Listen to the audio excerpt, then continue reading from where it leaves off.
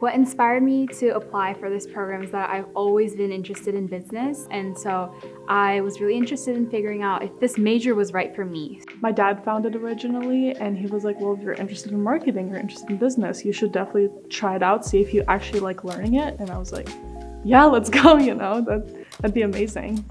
I'm someone who is a little bit nervous about going to college and this whole new environment and just being exposed to taking these classes, even if it's just one class, just seeing these things and going around the campus really helped me open up. I think going into this program, I wasn't exactly sure what I wanted to do, but coming out in the summer springboard UW Foster Business program will really influence my decision on what kind of majors that I will be applying for. I think going into it, when I imagine a college professor, I imagine like kind of like this boring, something like that. But I think now that I attended, I realized what a good professor looks like, and that doesn't have to be boring. And it was very entertaining for me and very interactive.